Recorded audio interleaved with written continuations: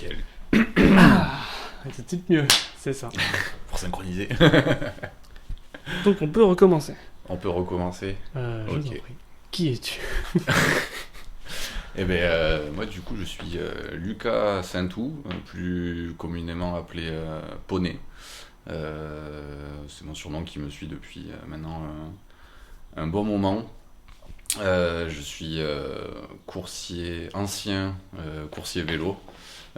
Très récemment. Et très récemment, comment expliquer, jeune entrepreneur dynamique. Waouh! Un jeune cadre.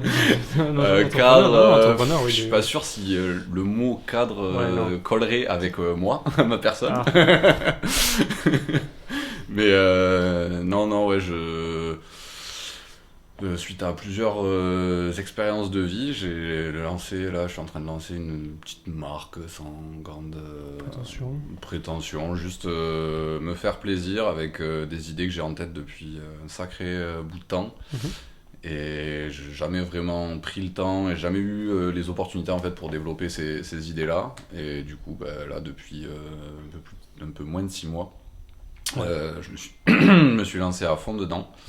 Et du coup, je fabrique des petits accessoires avec comme idée de base directrice derrière tout ça, la réutilisation de déchets issus de la pratique du vélo.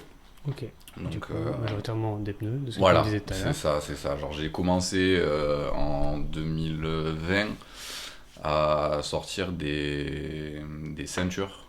En fait, des ceintures avec des pneus, quoi. Je récupérais des pneus, je les découpais et j'accrochais une boucle de ceinture dessus. Et tac, ça fait une ceinture. Et voilà, et ça fait une ceinture à partir de rien. Et ça évite d'entasser 50 pneus sur le balcon comme je pouvais le faire à l'époque. Ou d'acheter plusieurs ceintures. Voilà, c'est ça. Voilà. Et d'être victime de la fast fashion, comme il paraît qu'on dit. C'est ça. Même si, l'idée quand même directrice, c'était de réutiliser les déchets que je produisais moi par ma pratique très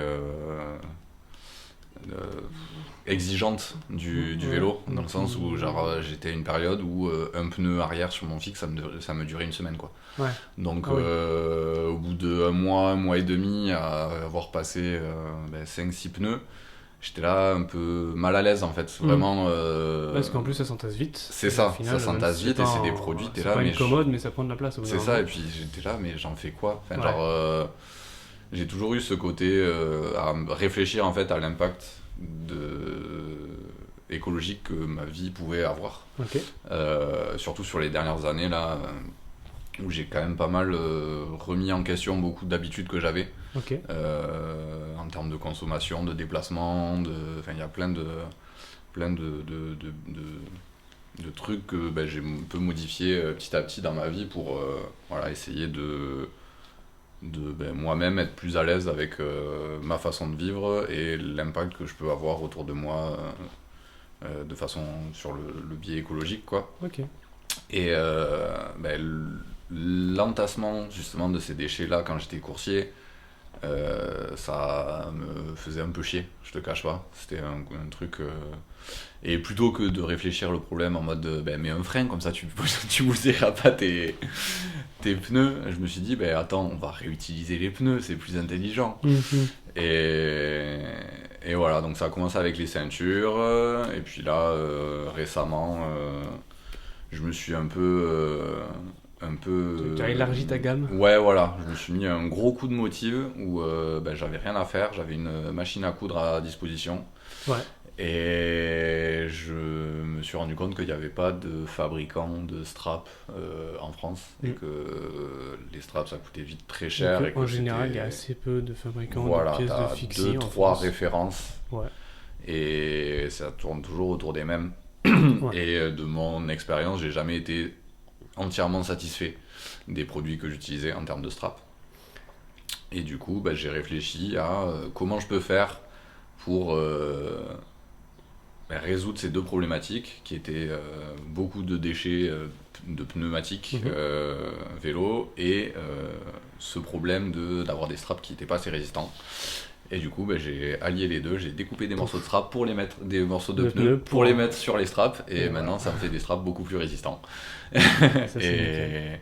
Et ça. Sauf que du coup, là, on parle de fixie. Oui, On parle de strap. Oui. On parle de forte usure de pneus Oui. à la semaine oui, pour du vélo. oui. Et là, on se dit, mais c'est bizarre. Parce que du coup, le vélo, tu pédales et tu freines. Donc, au final, les pneus, ça se s'use pas. Oui. Du coup, qu'est-ce que c'est quoi donc le fixie? Qu'est-ce que c'est quoi donc le fixie? Eh Ah oui. oui, on aurait dû commencer par là peut-être. Pour ne pas perdre nos auditeurs nombreux et passionnés. C'est ça, c'est ça. Du coup, le fixie, c'est l'ancêtre du vélo actuel, on va dire. C'est genre les premiers types de vélos.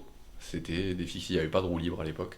C'est juste ton pédalier et ta roue arrière qui sont liés complètement et qui bougent en synchronisation. C'est-à-dire Dépendantes l'une de l'autre. voilà, ta roue arrière avance, ton pédalier va tourner en avant, ta roue arrière recule, ton pédalier va tourner en arrière. Et si tu bloques ton pédalier, Et si tu bloques ton tu pédalier, gagnes en frein puisque tu bloques la roue arrière. c'est ça, et tu baisses ton pneu, du coup. Et tu, Et voilà. tu skides, comme on C'est dit. ça, le ski, de la glissade. C'est ça. Et le cul par terre C'est au ça. début, souvent. Enfin, au début, il y a l'étape avant de skider quand même. Oui, Il y a oui, l'étape oui, où oui. tu veux arrêter, d'un coup, Oui. le pédalier, puis le pédalier ne veut pas s'arrêter. Et du coup, tu te prends le cadre dans une des parties de ton corps en général, et voilà, ça continue. Ouais. Et ça monte les cuisses, Ah ouais, on est- les genoux, tout y passe. Tout à fait, tout à fait. On est tous passés par là, on a tous eu des périodes malheureusement. assez complexes. Mais c'est ça un peu la... Enfin, moi c'est là que je trouve la beauté du fixe, c'est que c'est pas accessible à non plus n'importe qui. À n'importe qui, en tout cas, pas accessible à n'importe qui sans entraînement et sans pratique. C'est ça, c'est-à-dire que si tu veux vraiment En faire. en faire et connaître, prendre du plaisir et te développer sur le vélo, C'est de il l'investissement, faut... c'est de l'entraînement, C'est ça, c'est du de la donnant-donnant. manipulation, c'est ça. Exactement. C'est un instrument de musique, entre autres, tu vois, c'est dans le même délire. Moi je le vois exactement comme ça. Bah, Ouais. Du coup, ça rentre dans une pratique sportive, Oui. dans tous les cas. Ouais, Comme le ouais, vélo ouais. de base, mais c'est-à-dire que voilà, ça demande quand même plus de maîtrise. Mhm. Et quoi dire d'autre et du coup, enfin, pas la principale difficulté, enfin pas difficulté, mais toi, en ayant fait pas mal, Mhm. en faisant encore d'ailleurs pas mal, tu dois souvent te confronter à des personnes qui disent ça sans partir d'une mauvaise intention, mais bah t'es bête, c'est dangereux, pourquoi tu mets pas de frein?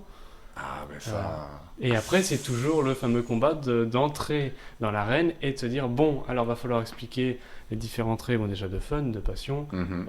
d'intérêt sportif, d'intérêt pratique C'est aussi, ça. de plein de choses. Bah, d'utilisation de. Et souvent et d'être déconcerté devant une incompréhension de la majorité des en gens vrai, qui ne connaissent pas ça. pour réduire le débat qu'il peut y avoir à ce niveau-là, c'est Ouais. juste des choix de vie, j'ai envie de dire. C'est un truc que j'aime bien dire. Ouais. C'est-à-dire que rouler breakless, comme je le fais, c'est un Mhm. choix de vie. Et je le conseille à personne. C'est-à-dire que c'est moi, mes décisions, c'est moi qui mets ma vie en danger. Mhm. Mais parce que je sais par quoi je suis passé pour arriver à ce que je fais maintenant. Mhm. J'ai testé, j'ai... Tu ne le recommanderais pas, le seul truc que tu pourrais non. recommander, c'est essaie si tu as envie. Voilà. Mais Et par après, contre, tu fais ton avis. si t'as jamais fait de fixe, essaye le fixe avec un frein. Commence pas breakless Ouais. direct. Parce que c'est le meilleur moyen de te foutre dans un pare-choc. Ouais. Pour avoir fini Dans un pare-choc. dans des pare-chocs à plusieurs reprises, c'est pas quelque chose que tu souhaites. Non. Et c'est pas quelque chose que moi personnellement j'ai envie de revivre parce que c'est. Voilà. C'est pas agréable, en général. Non. Que ce soit avec un vélo ou sans vélo, d'ailleurs. Oui, c'est genre traverser une voiture, si c'est pas toi, même quand t'es derrière. Ouais. Genre si t'es sur ton vélo et que tu traverses une voiture, pas fun. Non, Donc voilà. évite. C'est pas prévu, c'est pas fait pour. C'est ça. On n'est pas des sangliers, on se reste pas Exact. directement derrière sans rien. Exactement. La tôle contre de la peau, on sait La qui tôle gagne. gagne, oui, malheureusement. C'est ça. Mais par contre, l'avantage du fixe breakless comme moi je le pratique, c'est que ça, pour moi, procure des sensations de ouf et en fait j'ai découvert le fixe à un moment où j'étais un peu en train de me perdre dans ma vie Ouais. et ça m'a permis de me redonner un sens, redonner des objectifs, me redonner l'envie de me lever le matin, de sortir de chez moi tout simplement. Cette espèce de cadre et de motivation que certaines passions comme ça naissantes Exact. créent chez toi, c'est vrai que c'est très... Exactement. C'est le moteur, c'est pour ça que comme certaines personnes disent, j'ai envie de dire bêtement, c'est pas vraiment le cas de bêtement, mais quand ils disent trouve-toi une passion, etc., l'idée de base est réelle. C'est vrai que c'est important quand même de se créer une espèce d'étincelle comme ça, en mode j'ai rien envie de faire, mais ça j'ai envie de le faire. À n'importe quel moment, malheureusement, des fois, mais au moins quand t'es dessus, tu kiffes. Et t'oublies les trucs qui te font vriller, qui te font perdre le contact avec la réalité, avec la vie, quoi. Tout simplement. Et bah, moi je l'ai complètement trouvé avec le fixe, et plus particulièrement avec le freestyle, où en fait ça me permet de me retrouver seul avec moi-même et face à mes faiblesses, et de me regarder en mode ok, là tu vas prendre ce move là, mais pour arriver à ce move là il te manque ça et ça, vas-y, t'as tant de temps, travaille ça, ensuite ça, effectivement, ensuite ça rentre dans une pratique de freeride comme skate, roller, etc. Donc évidemment il y a le déplacement qui est la base de l'outil, on va dire, mais c'est permissif au point aussi de se permettre de faire du freestyle, des petites techniques, des petites figures, et c'est vrai que ça augmente encore plus la marge de manœuvre avec un fixie. Oui. C'est vrai que c'est pas mal. Et ça diversifie encore plus les utilités. Dans mon expérience de coursier, en fait, on s'est mis avec les potes à Trix parce que on était coursier plateforme pendant le Covid. Pendant le confinement, on était genre les seuls dehors. Et quand tu passes ton après-midi posé sur une place à attendre que la commande elle sonne, t'as ton fixe, ton sac, tes potes. Plutôt que de rester là à t'enquiller les clopes et les bières, vas-y, tu montes sur ton vélo et au moins tu restes chaud, tu continues à t'entretenir. Donc en plus déjà à ce moment-là c'était bien, c'est pratique, c'est logique, c'est un développement logique. Donc soit tu végètes, c'est ça. soit tu fais quelque chose. Exactement. Et ce qui est cool, c'est que même par la suite, ça crée des dynamiques super sympas quand vous vous retrouvez par exemple les dimanches, on va en reparler après pour les posages. Quel âge? Posage. Yes, où du coup il y a le déplacement, le petit circuit, etc. Après ça se pose sur la place, comme tu disais, ça chill évidemment, mais au lieu de juste avoir le vélo posé à côté de toi, certains vont l'utiliser, ça va échanger des petites astuces, et moi je mets mon poids ici, je me mets l'équilibre là, et c'est quand même super sympa. Ouais, carrément, hein. Mais oui, c'est comme tu le disais, il y a les posages qui sont arrivés aussi par la suite. Après, c'est entre les deux confinements, en fait. Je vais dire post-confinement, mais on va ça en gros, les posages, c'est quelque chose qui existe sur Toulouse depuis déjà longtemps. C'est un rendez-vous que l'OGC n'a pas inventé. C'est juste un rendez-vous que l'OGC a récupéré. En fait, c'est j'ai pas les références et les infos de qui est à l'origine de ça, mais je sais que c'est un événement qui dure depuis longtemps, qui avait déjà changé plusieurs fois d'organisateur. D'accord. Et quand moi je suis rentré dans la communauté des coursiers sur Toulouse, ça avait lieu le lundi soir. Ouais. Et c'était un peu un rendez-vous qui était en train de s'essouffler en fait. Il y avait 5-6 personnes qui allaient rider, c'était pas vraiment encadré, c'était un peu à la zeb quoi. Et du coup avec les potes coursiers de l'époque, on s'est dit nous le lundi soir ça nous arrange pas, parce que le lundi c'était un jour où ça bossait bien en livraison, et alors que le dimanche c'était un jour où ça bossait pas. Du coup on s'est dit vas-y, on se fait un rendez-vous, on décale le posage vu qu'il y a personne qui va le lundi, on récupère le truc, on le met le dimanche après, et comme ça, tu vois, on peut créer en fait un rendez-vous pour tous les passionnés de vélo, quel que soit le vélo, que ce soit fixe, gravel, que tu me prennes ton vélo une fois par an ou que tu sois tous les jours sur ton vélo. Tu sais qu'il y a ça. C'était juste un petit rendez-vous histoire de mettre en relation tous les acteurs de la vie à vélo toulousaine. Et de voir un peu ce qui pouvait sortir de ces mises en relation. Et puis j'ai toujours fonctionné sur le concept c'est en mettant les gens en relation que les choses se créent. Genre j'ai deux potes qui ont les mêmes centres d'intérêt, ils se connaissent pas, vas-y, je vais juste par 2-3 discussions les mettre en relation, et qui sait, peut-être que de par leur centre d'intérêt commun, ils vont, tu vois, matcher un truc et créer quelque chose, et juste ça, moi ça me remplit de bonheur de pouvoir avoir créé un lien entre deux personnes qui de base n'avaient pas forcément les mêmes centres d'intérêt, n'avaient pas forcément les mêmes vies. Jamais se rencontrer. C'est ça. Et du coup, on a lancé les posages entre les 2 confinements. Et petit à petit, ça s'est pérennisé, c'est devenu régulier. Au début, c'était tous les dimanches. Ça a duré 1 an. On a fait 1 an où il y a eu un posage tous les dimanches. Et maintenant, du coup ? Et maintenant, là, on est à 2 par mois. Okay. Donc 1 toutes les 2 semaines. Jusqu'en avril, où fin avril, on a un gros événement qui est en train de se préparer là sur 3 jours. Et du coup, il y aura beaucoup plus d'infos qui seront sorties ce week-end-là. Ouais. Et on expliquera un peu la suite des projets, la suite des choses lors de ce week-end-là. Ça sera le 21, 22 et 23 avril sur Toulouse. Où on fait en gros un event en collaboration avec Focus Crew, qui est un collectif de DJ drum and bass de Toulouse. Sympa.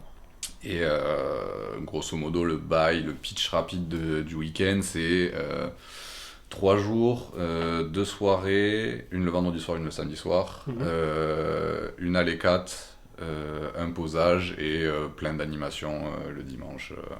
Avec du freestyle, des petits ateliers sympas, comme on a fait sur la cour de récré, qui est un autre type d'événement qu'on a fait avec des petits ateliers de dextérité qui sont accessibles à tout le monde. Et c'est juste des petits rendez-vous pour pérenniser aussi les contacts et les relations qu'il peut y avoir entre les différents acteurs du vélo toulousain, quoi. Ok. Et donc 21, 22, 23 avril, le fameux gros event. Le OG Weekend. Le OG Weekend. OG Weekend, tout à fait. Avec, avec le Focus Crew et du coup, soirée techno au Genja le vendredi soir. Et soirée drum and bass à l'usine à musique le samedi soir. Donc, grosse soirée avec... Et soirée dodo le dimanche soir pour attaquer en pleine semaine. Ouais, voilà, ça sera pas un week-end reposant, comme on dit, mais ça sera un week-end très enrichissant pour tout le monde. Parce que on essaye de communiquer pas mal en soum avec tous les contacts qu'on a à travers la France pour essayer de ramener un peu toute la communauté coursier, vélo, underground française. Et pas que du fixe, on essaye de ramener aussi pas mal de crews BMX. Là on est en connexion avec des petits de la bike life là, et du DH sur Toulouse. Voir si ça peut aussi les intéresser de venir rider avec nous le dimanche. Voilà, ou même de venir à la soirée. Notre objectif, c'est juste de créer un rendez-vous où tous les acteurs peuvent se rencontrer, discuter et surtout profiter. Profiter autour de la musique. Avec beaucoup de musique. Ça donne envie. C'est fait pour. Très excité. Mais c'est... En fait, ce projet-là, c'est un truc que j'ai en tête depuis des années et des années. Déjà dans mes vies précédentes, entre guillemets, dans mes projets précédents, j'avais cette envie de créer un vrai gros événement sur tout un week-end avec un peu tout qui se rencontre, mes passions, genre le sport, la musique, la fête, voilà, mes 3 passions qui se rencontrent au même endroit. Et d'avoir ça qui arrive dans moins de 2 mois, je suis... Excité comme une puce. Ouais, de ouf. Surtout que c'est quelques jours après mon anniversaire, donc ça sera... C'est un peu, tu vois, c'est un peu le cadeau d'anniversaire de la communauté, que la communauté vélo toulousaine peut me faire. Donc moi je suis excité de ouf, hein. Ça va dégommer sec. Parce qu'il n'y a pas de raison que ce soit pas bien et que ça se passe pas bien, surtout. Donc, ça va être non, là ça fait depuis octobre qu'on planche dessus avec toute l'équipe de l'OGC. Et... Ouais, il y a du très très lourd en préparation. Ça va être... Je peux pas en dire plus. Mais du coup, alors, ça c'est une réflexion que je me suis fait l'autre fois, mais c'est vrai que quand on a dû après la fois où tu m'avais contacté, du coup j'étais passé voir prendre des photos, où là il y avait clairement pas beaucoup de personnes. C'était quoi, il y avait 4-5 personnes. Ouais, 5 personnes. Et j'étais toujours un peu déçu de voir que par la suite, quand on se croisait, que j'étais en roller et tout, il y avait genre une bonne dizaine de personnes à chaque fois. Donc ça devait être un creux, à mon avis. En fait, ouais, c'était l'hiver dernier qu'on avait fait le shooting ensemble. C'était l'hiver. C'était fin d'hiver à peu près. Je crois que c'est à peu près la même période l'année dernière. Ah, peut-être, ouais. Et oui, c'est qu'en fait, c'était une période où moi personnellement j'étais dans le mal le plus total et du coup j'avais beaucoup moins de temps à accorder aux organisations et à la pérennisation des différents rendez-vous qui étaient déjà créés. Et du coup c'était les posages à l'époque, c'était vraiment le cercle réduit, le cercle proche qui venait rider avec moi sur les posages, dans le sens où j'axais peu sur la communication sur les réseaux. Et du coup, forcément, quand tu fais pas de com, les gens ont pas l'info, donc ils viennent pas. Voilà, c'est non, mais là, relation de cause à effet. On peut pas aller contre ça. C'est ça. Et je te cache pas que je pense que les photos que tu avais prises de nous a donné envie à beaucoup de gens de venir par la suite. Ah ouais. Parce que du coup, ça a permis d'avoir du matériel avec lequel communiquer. Ouais. Et du coup, forcément, J'ai un pote aussi qui... Rastagraph. Ouais, qui est passé aussi. Qui même plusieurs fois, du coup, je crois. Lui. Ouais, je crois que Rastagraph, il est passé genre 2 ou 3 semaines après qu'on ait... Ou même, je crois, la semaine d'après qu'on ait fait le shooting ensemble. Lui, il venait, mais ça s'est fait plus ou moins random, tu vois. Et pareil. En fait, ça a été 2 coups de pub pour nous, coup sur coup, qui ont un peu lancé aussi l'année 2022. Ouais. Et le rythme pour la saison des posages 2022.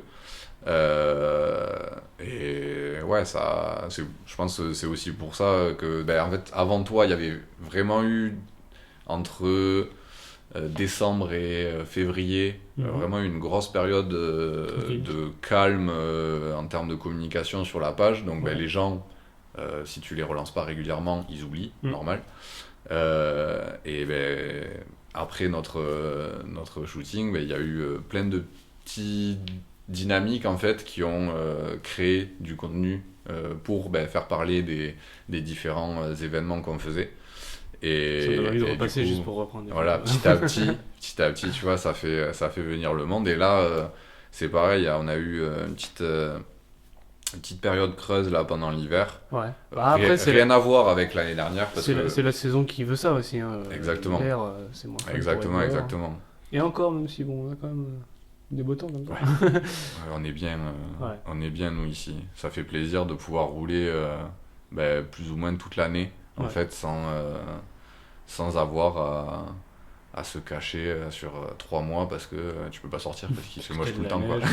Comme ça, Et c'est là le gros avantage de Toulouse, c'est que on peut proposer des rides tout au long de l'année. Genre je sais que sur la première saison, la première année de posage, sur les 53 posages qu'on a fait, enfin genre sur les 53 semaines de l'année, allez, il y a peut-être, je crois que j'avais calculé, je crois qu'il y en a 7 qui ont été annulés, dont 5 qui ont été annulés parce qu'on avait d'autres events en dehors de Toulouse, donc il y avait personne qui pouvait gérer le posage sur Toulouse, ou une grande partie de l'équipe n'était pas sur place, donc tu vois, on pouvait pas... 52 semaines, non 53 dans l'année 52 ouais, Ah oui, pardon.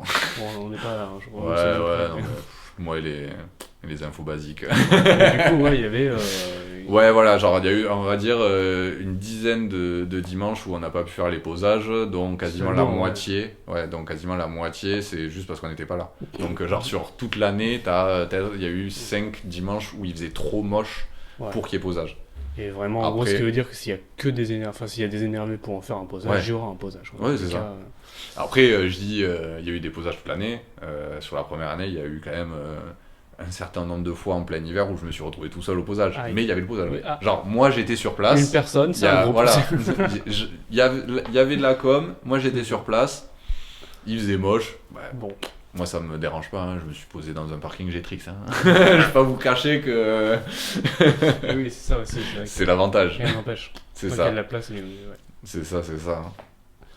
Mais ouais, Toulouse est une belle ville pour le vélo. Ouais. C'est pour ça c'est dommage de pas en profiter. Ce serait dommage de pas en profiter. Mais heureusement l'OGC est là. Eh oui. Et du coup voilà, il va falloir prendre son mal en patience avant le 21, 22, 23. 21, 22, 23 avril. Et après on est quand même tous les 15 jours en posage à 13h30 à Saint-Cernin. Donc, le rendez-vous. Toutes les 2 semaines, c'est la question que je me posais. C'est toutes les 2 semaines maintenant. maintenant. Dit, c'est avant un c'était dimanche par mois. Ouais. Avant c'était Au début tous les dimanches, après un dimanche par mois, et là vous passez à 2 dimanches par mois. Et c'est aussi parce qu'il y a plus de monde et plus d'effervescence autour Exactement. de l'événement. C'est ça, ouais. Et puis le truc c'est qu'au tout début j'étais plus ou moins tout seul à gérer la page et les événements. Maintenant il y a une équipe. Et ouais, là ça fait 1 an que je me suis entouré des gens qui étaient dispo et motivés pour filer un coup de main. Et du coup là on est une petite dizaine à bosser maintenant sur les events. C'est quand même beaucoup plus efficace, ça dit voilà.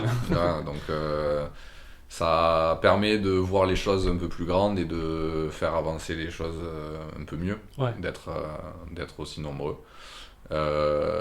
Et c'est pour ça que je mets l'accent sur le fait qu'on a des petits trucs en préparation dont je peux pas parler, ça va arriver vite, de toute façon ça va arriver vite. C'est ça, mais par contre il y aura toutes les infos qui sortiront en avril là, lors du week-end, et ça va, je pense, annoncer du très très lourd pour la suite sur Toulouse, quoi. Cool. Après, encore une fois, je m'avance peut-être un peu, mais non. Il faut être ambitieux. Voilà, et puis ambitieux, motivé. Ah et ouais. toute l'équipe l'est, donc il n'y aura pas de problème. De ouf. On est à 26 minutes, donc on est plutôt clean. Yes. On fait une petite outro. Vas-y, il n'y a pas de souci. Et bien, un conseil. Tiens, qu'est-ce que tu pourrais recommander, conseiller toi qui fais du fixie, est-ce que en plus le sujet qu'on a eu au début, est-ce que tu le conseilles à des gens, le fixie? Fixe. Faites-en, sans les freins. Non, non. En vrai, faites du vélo. Faites pas le vélo en particulier, juste faites du sport, juste pour votre bien-être, pour de l'activité physique. Genre vraiment. Ça fait du bien au corps, ça fait du bien à l'esprit. De ouf. Ça permet de se dépenser, de se passionner dans un truc, de rencontrer des gens en plus. Donc c'est recommandé, c'est recommandable. C'est ça. Et puis, tu vois, il y a une phrase qui m'a marqué pendant mon cursus universitaire, qui est une définition du sport par un sociologue. Je pourrais plus te sortir le blaze du sociologue en question, mais ce mec-là disait un sport, c'est... tu fais du sport à partir du moment où tu penses que tu fais du sport. Ok. À partir du moment où tu te mets ça en tête et que tu dis, vas-y, même si t'aimes pas l'activité physique, t'aimes pas te dépenser, ça fait mal et tout. Mais genre juste, tu dis, vas-y, monter les marches, c'est du sport pour moi. Eh ben, vas-y, mets-toi ça dans la tête, monte des marches. Voilà. Et tu verras que ça va être dur la première fois, la deuxième fois, mais la 10e fois ça sera tout aussi dur, mais par contre tu vas t'habituer à ça, et ça va tu vas monter plus, tu vas aller monter plus vite, et puis tu vas gagner du temps, et puis tu vas te rendre compte que en fait si tu appliques ce fonctionnement sur un peu tout ce que tu fais, un peu tout, en fait les choses sont simples. Juste si t'arrêtes si tu cesses de t'arrêter au premier problème, tu peux aller n'importe où. C'est beau. Ça va comme outro? Allez, et on fait une énième répétition, comme ça sera la 3e fois qu'on le répétera. Donc du coup, le 21, le 22 et le 23 avril 2023. Tout à fait. Toulouse. C'est rendez-vous, au début en tout cas, vendredi. Pour vendredi 22, ça sera rendez-vous au Genja. Et voilà. Et sinon, tous les infos sur la page Insta, OGC_cycling. Il y aura le bandeau dans la description et dans la vidéo si on est motivé. C'est ça. Et si jamais aussi sur ma page perso je balance beaucoup d'infos, je relaye toutes les infos dessus, donc The Official Poney si y a des gens je passerai aussi les Insta dans la bio comme à chaque fois. C'est carré. Ouais. T'assures. Nickel. Merci beaucoup. Et merci à toi. Merci de toutes les opportunités, tout ce que toute la force que tu donnes. J'adore, des compliments toujours.